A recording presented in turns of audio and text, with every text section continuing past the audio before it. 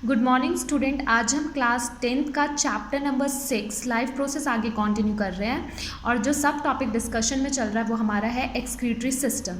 तो जब हमने एक्सक्रीटरी सिस्टम की बात की थी तो हमने पढ़ा था कि एक्सक्रीटरी सिस्टम का काम होता है फिल्ट्रेशन का काम करना और हमारी बॉडी से वेस्ट प्रोडक्ट को निकालना, और उसमें जो ऑर्गन पार्टिसिपेट करता है वो ऑर्गन कौन सा, हमारा किडनी। ठीक है, तो अब हम किडनी के अंदर, हमें पता है कि किडनी, मैंने आपको डिस्कस भी किया था कि किडनी के अंदर क्या होता है, उसकी structure of functional unit present होती है, और उसकी स्ट्रक्चर ऑफ फंक्शनल यूनिट को हम किसका नाम देते हैं, नेफ्रॉन का। किसका नाम देते हैं, नेफ्रॉन। जब हम नेफ्रॉन की बात करते हैं तो नेफ्रॉन को क्या माना जाता है, structural and functional unit of kidney. और किडनी क्या करती है, kidney contain 1 millions of nephrons, और किडनी क्या करती है, 1 मिलियंस नेफ्रॉन्स कंटेन करती है। ठीक है, जिसमें हर नेफ्रॉन जो होता है वो क्या होता है, लॉन्ग होता है, उसकी ट्यूब्स फाइन होती हैं और वो 30 से 35 मिलीमीटर क्या होता है, लॉन्ग होता है। ठीक, जब हम क्या नाम है नेफ्रॉन की बात कर रहे हैं तो अभी मैंने आपको नेफ्रॉन में बताया कि फाइन ट्यूब्स होती हैं, उसके बाद वो लॉन्ग होता है और किस में प्रेजेंट होता है, किडनी में। तो इससे पहले मैं आपको ये बता दूं कि किडनी के पास जब हम बातें करते हैं तो किडनी के पास 2 लेयर होती हैं। First is the outer layer and second is the inner layer. Outer layer को हम रीनल कॉर्टेक्स का नाम देते हैं और इनर लेयर को हम किसका नाम देते हैं, क्या नाम है, मेडुला का। किसका नाम देते हैं, मेडुला। तो मैं वो दिखा देती हूँ कि किस तरीके से आपको नजर आएगा। ये इस तरीके से किडनी में आपको नजर आएगा। डबल लेयर आपने देख लिया कि आउटर और इनर के बारे में मैंने बता दिया। अब इसी आउटर क्या नाम है, ये जो आप देख रहे हो रीनल कॉर्टेक्स के अंदर ही क्या प्रेजेंट होगा, आपका नेफ्रॉन्स। मिलियंस ऑफ नेफ्रॉन्स क्या होंगे, इसमें प्रेजेंट होंगे। तो मिलियन ऑफ नेफ्रॉन से मैं बस एक नेफ्रॉन का स्ट्रक्चर आपको दिखा देती हूँ कि नेफ्रॉन का स्ट्रक्चर कुछ इस तरीके से आपको नजर आएगा। ठीक है, मैं कह रही हूँ उसे ध्यान से सुनते जाना। जब हम नेफ्रॉन की बात करते हैं, ठीक है, किसकी बात करें हम, नेफ्रॉन की, तो नेफ्रॉन के अंदर क्या होता है, उसका जो एक एंड होता है वो क्या होता है, फोल्ड होता है, और क्या नाम है, एक एंड उसका फोल्डेड होता है और एक एंड कैसा होता है, क्लोज्ड। तो जो फोल्डेड एंड होता है वो डबल मेम्ब्रेन से फोल्डेड होता है, और ये जो डबल मेम्ब्रेन से फोल्ड होता है वो क्या करता है, कप शेक लाइक स्ट्रक्चर आपको नजर, ये जो मैंने बनाया कप के तरह नजर आ रहा है। इसी को हम किसका नाम देते हैं, बाउमेन कैप्सूल। क्या कहते हैं इसे, बाउमेन कैप्सूल। फिर से मैं रिपीट कर दे रही हूँ कि नेफ्रॉन का एक एंड क्लोज्ड होता है और दूसरा क्या होता है, डबल लेयर होता है। कैसा होता है, डबल लेयर। और वो डबल लेयर किस तरीके से दिखाई देता है, कप लाइक स्ट्रक्चर की तरह नजर आता है। उसी कप लाइक स्ट्रक्चर को हम किसका नाम देते हैं, बाउमेन कैप्सूल का नाम देते हैं। ठीक, जब हम बाउमेन कैप्सूल के बारे में डिस्कस कर लेते हैं तो सेकेंड वर्ड आता है हमारा ग्लोमुरस। क्या आता है, ग्लोमुरस। अब हमारे माइंड में आता है ग्लोमुरस क्या है। जब बाउमेन कैप्सूल के अंदर हम देखते हैं, जब बॉल को आप कट करते हो तो देखते हो ना, तो सेम ये सोचो कि एक बॉल है और आपने उसे कट किया, तो जब आपने कट किया तो उसको, उसके अंदर आपको इस तरीके से स्ट्रक्चर नज़र आ रहा है। जो इस तरीके का स्ट्रक्चर मैंने बना रखा है बाउमेन कैप्सूल के अंदर, क्लस्टर ऑफ कैपिलरीज से बना है। किससे बना है, क्लस्टर ऑफ कैपिलरीज, गुच्छे किसके, कैपिलरीज के। इसी को हम किसका नाम देते हैं, ग्लोमुरुलस का। मतलब बाउमेन कैप्सूल के अंदर माइक्रोस्कोपिक क्लस्टर किसके प्रेजेंट है, कैपिलरीज के प्रेजेंट है। उसी को हम किसका नाम देते हैं, ग्लोमुरुलस का। किसका नाम देते हैं, ग्लोमुरुलस का। ठीक है, जब बाउमेन और ग्लोमुरस दोनों एक साथ हो जाते हैं तो हम उसको किसका नाम देते हैं, रीनल कॉर्पुलस। क्या कहते हैं उसे, रीनल कॉर्पुलस। अब क्या होता है, ब्लड एंटर होता है। क्या होता है, ब्लड एंटर होता है ग्लोमुरस के थ्रू।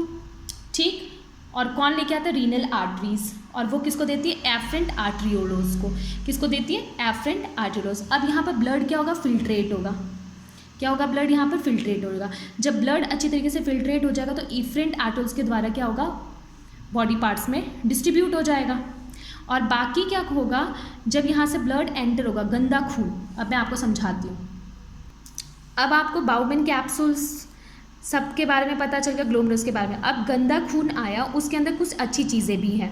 तो जब अच्छी चीज़ें भी, तो वो खून क्या होगा, बाकी सब चीज़ें क्या हो जाएंगी, एब्जॉर्ब हो जाएंगी, फिल्ट्रेट हो जाएगी, और वो क्लीन ब्लड ऊपर पहुंच जाएगा। अब बाउमेन कंटिन्यू कहाँ पर भेजेगा उसे, ट्यूब्यूल्स के पास। ये जो आप ट्यूब्यूल्स देख रहे हो इसी को हम किसका नाम देते हैं, लूप ऑफ हिन्नल। किसका नाम देते हैं, हिन्नल ऑफ लूप कहते हैं, जो कि 2 पार्ट में होता है, डिवाइड होता है। एक होता है डिसेंडिंग और एक होता है असेंडिंग।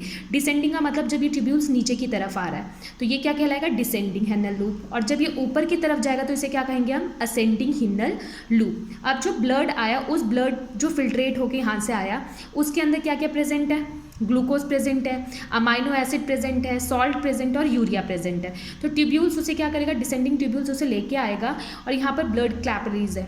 अब बाकी सब चीज़ें क्या हो जाएंगी, एब्जॉर्ब हो जाएंगी, जो अच्छी अच्छी चीज़ें जैसे glucose, amino acid, salt, water, सब क्या हो जाएगा, रीएब्जॉर्ब हो जाएगा किसमें, ब्लड में, और कैपिलरीज उसे रिसीव करके क्या करेगी, ऊपर लेके चली जाएगी, जो क्या नाम है, इफरेंट आर्टरोल्स लेके चला जाएगा। अब बाकी क्या रह गया इसमें, यूरिया। जो यूरिया रह गया, अब ये क्या होगा, जो हिनल ऑफ लूप है असेंडिंग उसे कैरी आउट करेगा, वो ट्यूब्यूल जाएगा। अब यहाँ पर छोटे छोटे ब्रांचेज होंगे, जब छोटे छोटे जो ब्रांचेज हैं उसको हम किसका नाम देते हैं, कलेक्टिंग डक्ट का। बाकी वाटर, यूरिया और उसमें थोड़ा सा क्या प्रेजेंट होगा, सॉल्ट, वो किसका फॉर्मेशन कर देगा, अब यूरिन का।